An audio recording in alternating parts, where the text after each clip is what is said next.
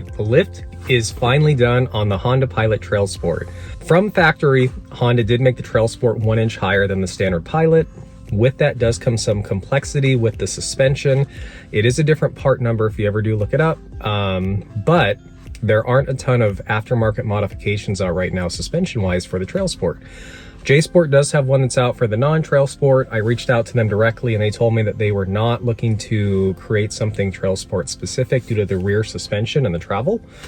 I guess the complexity back there with the amount of room and the angle of the suspension is really difficult to do correctly. Trucks does have a kit out. I've seen mixed reviews on it. I didn't go that route, even though I did have the level kit initially on one of the Ridgelines.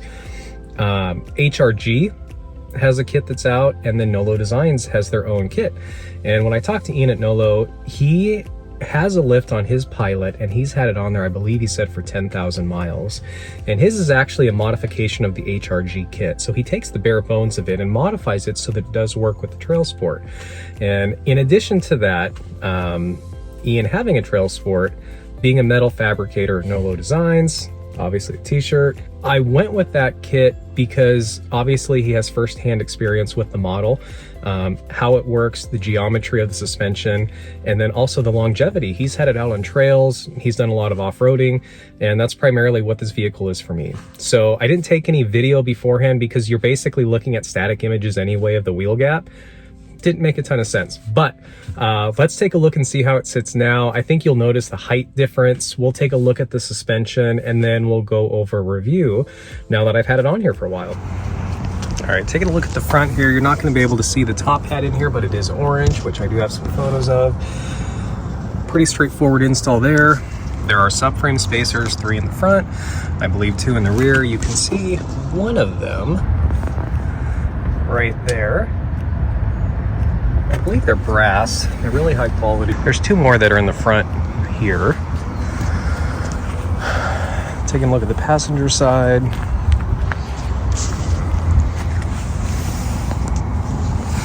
So again, we're just putting on the spacer up top.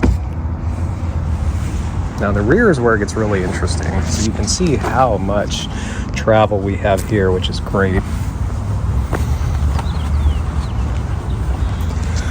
So this is where the fun happens. So take a look at this rear. Now, as you can see, the bolts for the chassis are right here, which typically this would bolt into. Because of the suspension geometry and actually lengthening some of the areas on the spring over here, Nolo designed this fabricated plate here, which is going to actually pivot the rear suspension inward, and then obviously allow this 1.5 inch spacer up here, which is going to help lengthen the overall suspension.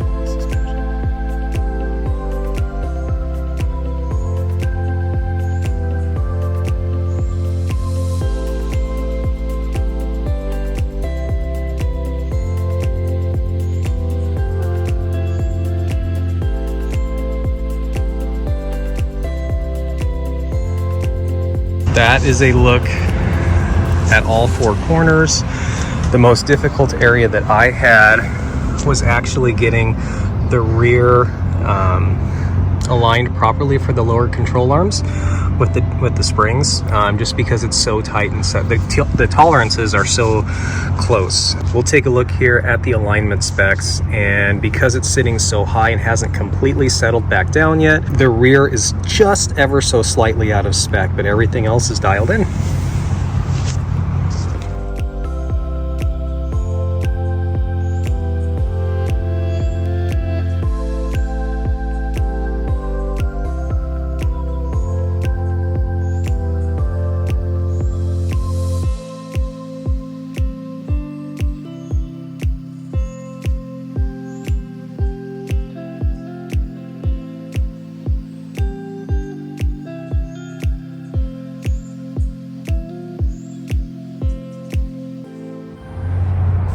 All right, so to end the video on the review of the actual suspension install, it's pretty straightforward. There are a few things that are out of place. Like I think in one of the directions, Nolo had that you remove the rotor before you remove the caliper.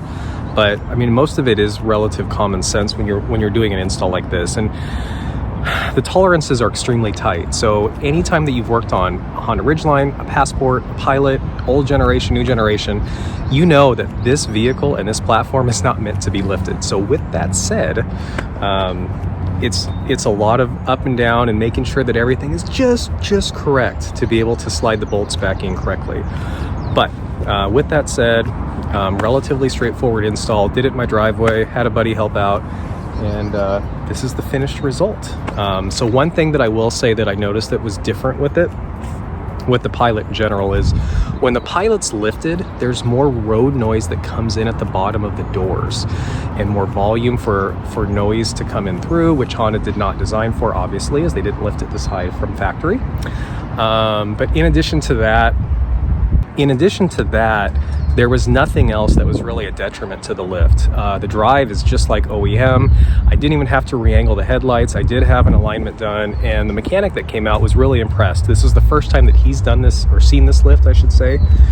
He's done a lot of the J Sport, a lot of the HRG stuff, and he said this one's done really well. So that was great to hear, and he obviously drove it after the alignment to make sure everything was straight, and he couldn't tell that there was any difference in the driving dynamics than pre-lift, which is, you know, exactly what you want, just a little bit more clearance. I certainly am not getting sponsored by Nolo. I wish I was, but you did get a free t-shirt when you order a certain dollar amount from the store, and definitely like the product on this. This was a really great enhancement to the Pilot, and now we are basically prepped for a week-long overlanding adventure with some of my Honda buddies into the far reaches of Eastern Oregon. So this is going to be a big trip. We're going to be out for almost a week, completely off-grid, and taking this thing and some of the other Hondas through a variety of different tests off-roading. So stay tuned for that one, because it's going to be a lot of fun.